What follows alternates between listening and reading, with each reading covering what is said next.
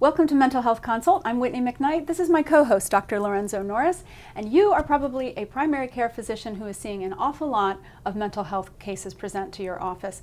And as we move toward value-based care and away from fee-for-service, this is probably starting to concern you because you are more and more responsible for the overall patient outcome. And if you're feeling like maybe you're not so sure how to manage mental health cases, you're in luck because we have a very good expert panel with us today. I'd like to introduce to you Dr. Catalin Roth. Dr. Roth is head of geriatrics and also sees patients in her private practice here at George Washington University School of Medicine. We're also joined by the chief of general medicine here at the university, Dr. April Barber, who also sees patients in her private practice. So, just like you would in practice, we're going to address a case in 15 minutes thereabouts, just like you'd have to do. So what have we got today, Dr. Norris? All right, well, thank you, Whitney. In this case, we have Daniel, who's a 65-year-old gentleman with no previous past psychiatric history, but who does have a past medical history of prostate cancer for which he's been successfully treated. Daniel's coming in today to his primary care clinician just for a standard visit and checkup, but Daniel is starting to report symptoms of depression, and the astute clinician actually probes a bit further. Whitney, what this case really brings about is really the diagnosis of depression in someone who's actually undergoing a life transition in regards to retirement. And also it brings up themes of how do you engage a patient or whatnot who asks you questions about, is this just me in my life or normal? Or is this actually something that I need to be worried about and get treatment for? So with that being said, that's where we're at, So existential Whitney. Versus clinical. Certainly. Yeah. Okay. So actually, I'd like to start with you, Dr. Roth. So evaluating the case, what are the first things that you're thinking when this case presents? Well, depression is certainly something that is very high on my list. Depression can occur at any age, and as Dr. Norris said, at times of life transition, we see more depression. I don't know very much about our patient right now. I don't know whether he's had depression in the past. Okay. I don't know whether he has other risk factors for depression. I don't know what his alcohol intake is. I'd like to know more about his medical history and look at any new medications from his physicians or whether any medications might be affecting him. But I'd like to know more about his symptoms. In my practice, I do use depression scales. Okay. And that might be something that we would want to talk about to help assess whether this is in fact depression. All right, excellent, Dr. Roth. I mean, one, the need to actually get a comprehensive history with the patient, and also something that sometimes we don't consider, the use of a standardized scale or instrument to actually aid your diagnosis, particularly if you are in, if you will, a time crunch situation. The other thing that I would say is that in the geriatric population, depression frequently can go undetected, so we're not necessarily screening for it the way that we should. The other thing to think about is that frequently patients suffering from geriatric depression, they may present with somatic complaints or body aches. They may not actually endorse a low mood. Dr. Barber, when you read this case, what were some of the things that you thought about that came to mind, please? Well, I think many times patients are reluctant to accept a diagnosis of depression. They want to rule out medical issues. So for someone like him, depending on how well I knew him, I might not jump to depression until I've done a thorough history, as Dr. Roth was saying, and really make sure there aren't other medical issues. He has many medical problems that could cause fatigue and depression and so forth. So I would probably do a pretty thorough medical history, maybe some tests. I might bring up the diagnosis of depression early on as a possibility, but I probably would gauge how he responds to that before pursuing that without looking for other causes first. All right, you bring up a very important point, particularly in this case with Daniel. Daniel's a prostate cancer survivor. Now, we don't have a lot of clinical information in regards to the case, but if you were thinking of things that could mimic depression, again with that sense of fatigue, loss of energy, that could be for lack of a better word, a medical cause in this patient with this profile, what would be things that you'd think of, Dr. Barber? Well, I think, looking for things like anemia, thyroid disease, those sorts of things, other vitamin deficiencies, B12, so forth. any of his medical conditions that are poorly controlled. Has he developed diabetes or other things that could be contributing? Right. Any poorly controlled medical condition, things such as anemia, diabetes, all of those are actually fair game. Sleep's another big one. Sleep is a big one. Dr. Roth, what would be things that you would be thinking about, again, in your differential that could mimic, if you will, a primary depression? We don't know very much about his cognitive function and why he needed to retire. 65 is right on the cusp of geriatrics, so we see people much older as well, but 65 is a pretty traditional time for people to retire. And it would be interesting to know whether he had trouble dealing with the job. We see people, for example, who can't keep up with the new demands of electronics and social media and email and Twitter and things that they might actually need in their work. So I wouldn't bring it up early, but I would always keep in the back of my mind that there might be some cognitive impairment also that's contributing. Interesting. And on the note of that, in regards to retirement, I'm glad Dr. Roth brought it up. 65, a bit early, a little bit. We're still, absolutely, because I see plenty of clinicians 65, we're kind of just getting started. So what would be something or a sign that you would look for that this gentleman is not dealing with retirement well, based off of patients that you've worked with who have retired? Well, he has a loss of role, and we see many people who define themselves largely based on their job. And so I would want to know whether he has any involvement in community activities, whether he has friends.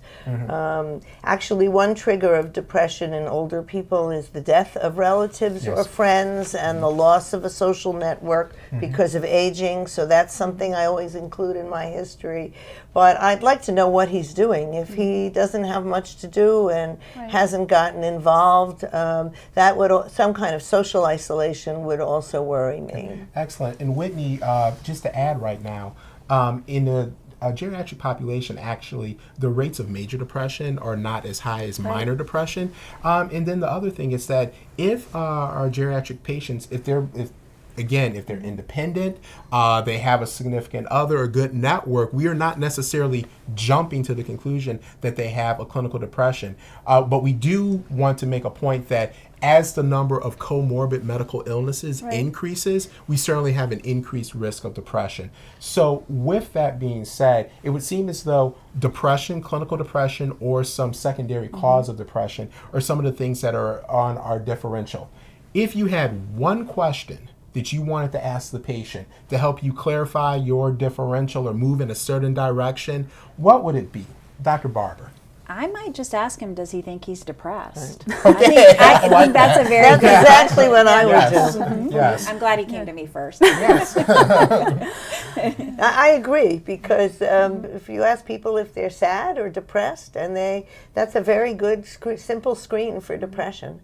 And he's a smart guy. He's just not telling you about it. And so I would want to see where that goes. I would also ask him about drinking. Yeah, we said that before. Because You mentioned that. when people aren't working, they tend to drink more. And alcohol is increasingly being recognized as a problem in older adults. Okay. I would just wonder if, in asking, are you depressed, could you help the patient actually be more defined about what depression is? Are they just feeling, down, or are they feeling worried? What flavor is it? And I know you were talking about minor depression, but maybe it's just that existential situation where I don't know how to define myself anymore. I'm not really sure what my role is. And maybe they're going through a different time than their partner is. Maybe their spouse has already been retired or, not retired. Dr. Roth, what do you think? Well, I think those are all great questions, and I think things like moving and divorce and retirement are triggers for depression. So, in geriatrics, we think a lot about those existential issues, and I think, you have to unpack it with this particular individual. What does it mean to him? Dr. Barber? I think I often will let the patient kind of direct that. If you are just quiet, they often will tell you exactly where where they're struggling, and that can be helpful in really coming up with a treatment plan. Well said. In regards to Whitney's question, I think that there's a lot of different ways in which to ask about, or you can start the conversation about asking about clinical depression, but I'll tell you what I don't think works. Are you depressed? Okay, great. That doesn't work. Now, if you sit down, no matter what your tone or whom you look like or whatnot, and you're telling me some things that I'm concerned about, I want to hear from you. Are you feeling depressed? But that means different things to different people. You got to tell me. That begins the dialogue. And that's really what you're trying to do, is to start the dialogue about it. The patient will put their own words to it. So with that, we certainly have a patient right now that we are concerned about has a clinical depression or a secondary, if you will, cause of depression. What would be your next steps moving forward in terms of treatment recommendations? Yeah. Dr. Roth.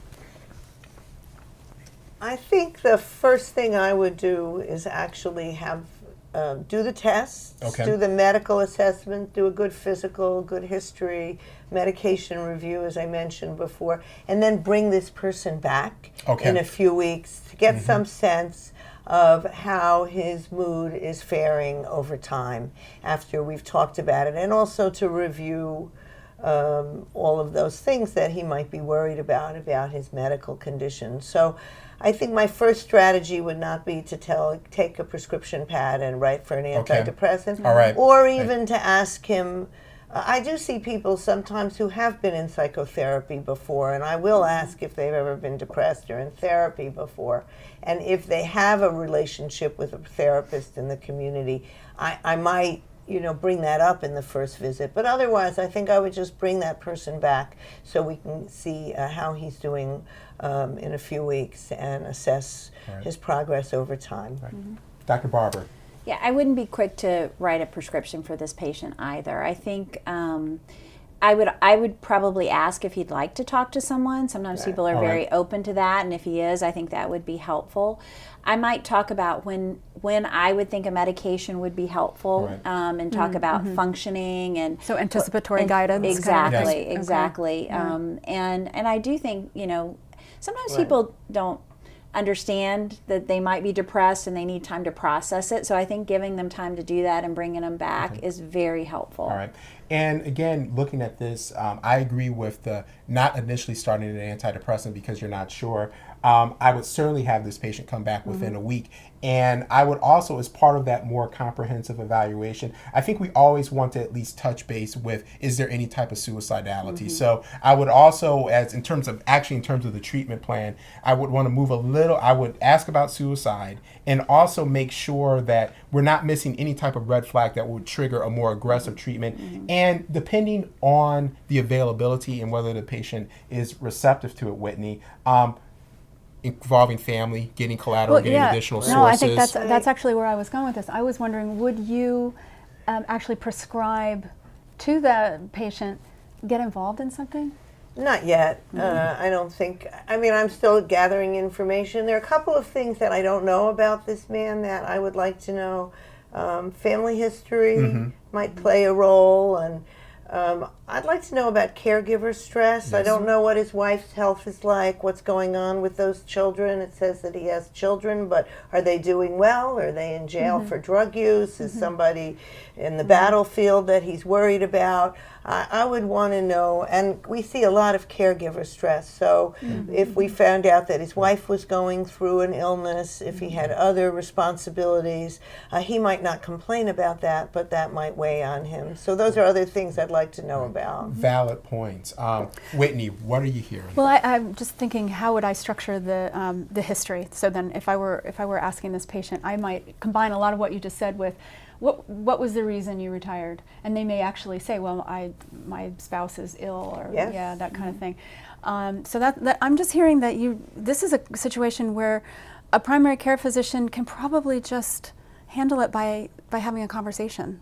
Well, I think yes. I think that one of the things, what I'm hearing is, one, we certainly do have symptoms here that are concerning for depression, but it's not necessary to immediately jump and prescribe an SSRI or take your pick, an SNRI or what have you. What is needed, though, is being able to engage the patient in a dialogue, all right, further assessing or probing family history as well as medical history for other causes.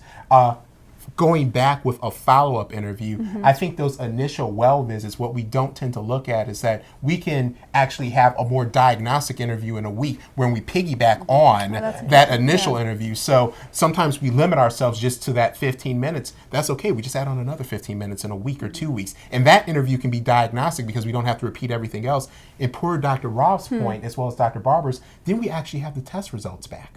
All of the test results that we order, then we're able to speak from a much better place in terms of differentiating this. So I think those type of points in clinical points are things that are useful. So with that being said, I want to thank Dr. Roth and Dr. Barber. I think that we illustrated some useful things that are going to be of help to you when you're working with your patients in your geriatric population.